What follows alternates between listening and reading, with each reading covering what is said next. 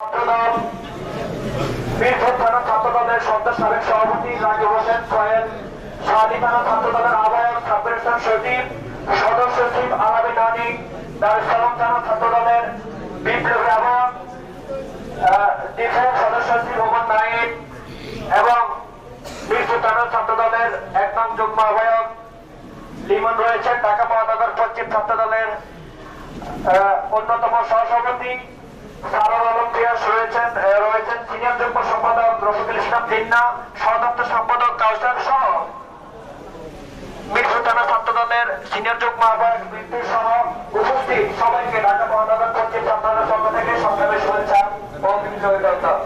সংগ্রামের শুভেচ্ছা।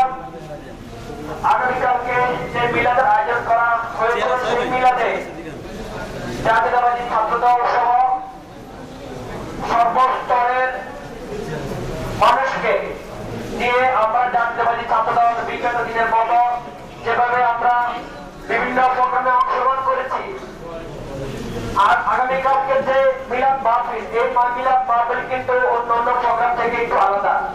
কারণ দেশের নেত্রী বেগম খালেদা জিয়া হচ্ছেন আমাদের